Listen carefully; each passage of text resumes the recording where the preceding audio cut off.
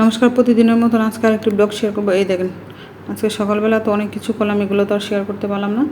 আর দেখেন তখন বাজে দুপুর 12টা। ঈশানে কী করতেছে, সাবানের গুঁড়া গুলে তারপরে এই ফেনা করে তারপরে থালে নিয়ে বাহিরে জানালার কাছে এখন কি করবে দেখেন। আমার ছেলে যে এত দুষ্টামি করে, বাসায় আজকে স্কুল ছিল না, স্কুল বন্ধ ছিল, এই জন্য বাসায় থাকলে ঈশানে কত কিছু করতে মন চায়। আর ওইদিকে আজকে কী রান্না করবো শেয়ার করবো। আজকে কাশ্মীরি বানাবো ময়দা দিয়ে। ময়দাটা ভালো করে গুলে নিয়েছি আর ওইটা ভালো করে ধুয়ে নিয়েছি, 7-8টা দোয়া দিয়ে নিয়েছি, তারপর এখন সিদ্ধ করে নেব। আর কচু শাক রান্না করবো, ডাল রান্না করবো, ডালের কয়েকটা বড় বানাবো। আর এরকম কাশ্মীরি তরকারি খেতে কিন্তু অনেক ভালো লাগে। আর কার কার কাশ্মীরি তরকারি খেতে ভালো লাগে প্লিজ আমাকে কমেন্ট করে বলবেন। আমার বাসায় কিন্তু আলু দিয়ে কাশ্মীরি তরকারি নিরামিষ হলে মাঝে মধ্যে অনেক দিন পর পরই রান্না করি। আজকে আবার রান্না করলাম, আলু বেজে নিয়েছি, কাশ্মীরিগুলোকে এখন বেজে নিয়েছি।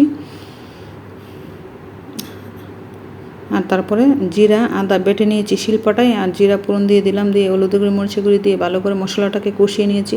আর মশলা যত কষাবেন ততই তরকারি খেতে কিন্তু অনেক মজা হবে। তো ভালো করে কষিয়ে নিলাম, তারপরে বেজে রাখা কাশ্মীরি আলু দিয়ে দিলাম।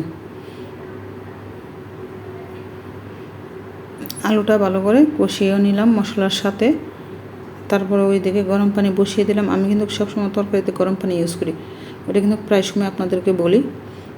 অনেক সময় বলেন একটা কথা কি বারবার বলতে হয়, আর এই অভ্যাস হয়ে গেছে, বলতে হয়, না বললে ভালো লাগে না, ওই জন্য বলি। আর ওই দিকে দেখেন এখন দিয়ে দিলাম কাশ্মীরি দিয়ে দিলাম পরিমাণ দিয়ে, ভালো করে তরকারিটাকে রান্না করে নিলাম, কষিয়ে রান্না করেছি। তরকারিটা খেতে অনেক ভালো হয়েছিল। আর নিরামিষ তরকারি, এরকম তরকারি ছেলে মেয়ে অনেক পছন্দ করে। তো ওই তারার পছন্দ অনুযায়ী চেষ্টা করে রান্না করতে। তারা অনেক সময় জিজ্ঞাসা করি তোমরা আজকে কী খাবে, আমার ছেলে মেয়েকে প্রায় সময় জিজ্ঞাসা করে তারপরে আমি রান্না করি। আর ওই দিকে ডালের বড়া বানাইছি ছোটো ছোটো করে আজকে। এরকম বড়া কিন্তু খেতে অনেক ভালো লাগে। আর এরকম বড়া আমার বাবার বাড়িতে দোকানে পাওয়া যায় আর কি। এখনও গেলে এই বড়াগুলো খেতে আমার অনেক ভালো লাগে। আর ওই দিকে কচু শাক রান্না করবো। কালকে কচু শাক নিয়ে আসছিলাম, আমি বলছিলাম যে বাসায় অনেক দিন যাবত শাক খাওয়া হয় না, সেদিন ডাঁটা শাক খাইছিলাম, কিন্তু আর লাল শাক বাহিরে পছন্দ হয় না, ওই জন্য আনতে বলি নেই। তো আমি বলছি কটা কচু শাক নিয়ে আসো পাইলে। তারপরে কালকে কচু শাক নিয়ে আসলো, আজকে রান্না করছি, অর্ধেকটি নিরামিষ রান্না করছি, আরেকদিন রান্না করবো। ওই জন্য আমি ভালো করে কষিয়ে কচু শাকটা রান্না করতেছি।